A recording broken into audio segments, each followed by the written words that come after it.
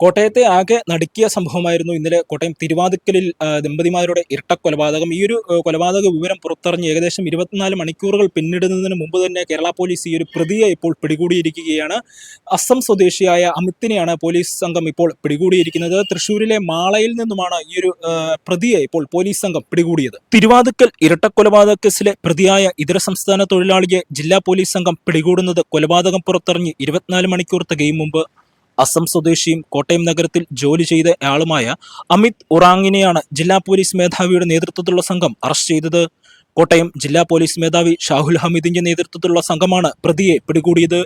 ഇന്നലെ രാത്രിയിൽ ട്രെയിൻ മാർഗമാണ് പ്രതി കോട്ടയത്ത് നിന്ന് എറണാകുളം വരെ എത്തിയതെന്നാണ് പോലീസിന് ലഭിക്കുന്ന വിവരം. ഇവിടെ നിന്നും ഇയാൾ പെരുമ്പാവൂർ വരെ ബസ്സിലെത്തി. തുടർന്ന് തൃശൂരിലേക്ക് ബസ് മാർഗം രക്ഷപ്പെടുകയായിരുന്നു. ഇയാളുടെ യാത്രാ വിവരങ്ങൾ ലഭിച്ച കോട്ടയം ജില്ലാ പോലീസ് മേധാവി ഷാഹുൽ ഹമീദിന്റെയും കോട്ടയം ഡിവൈഎസ്പി KG അനീഷിന്റെയും നേതൃത്വത്തിലുള്ള സംഘം ഇയാളെ പിന്തുടരുകയായിരുന്നു. ഗാന്ധിനഗർ SI അനുരാജിന്റെ നേതൃത്വത്തിലുള്ള സംഘമാണ് പ്രതിയെ പിടികൂടിയത്. ഇയാൾ ഇടയ്ക്ക് വിജയകുമാറിന്റെ മൊബൈൽ ഫോൺ ഉപയോഗിച്ചതും ജിമെയിൽ ഉപയോഗിച്ചതും കേസിൽ നിർണായകമായി മാറി. ഇയാളുടെ യാത്രാ വിവരങ്ങളടക്കം പോലീസ് സംഘം കൃത്യമായി പിന്തുടരുന്നുണ്ടായിരുന്നു. രാത്രി മുഴുവൻ പിന്തുടർന്നാണ് പ്രതിയെ പോലീസ് പിടികൂടിയത്.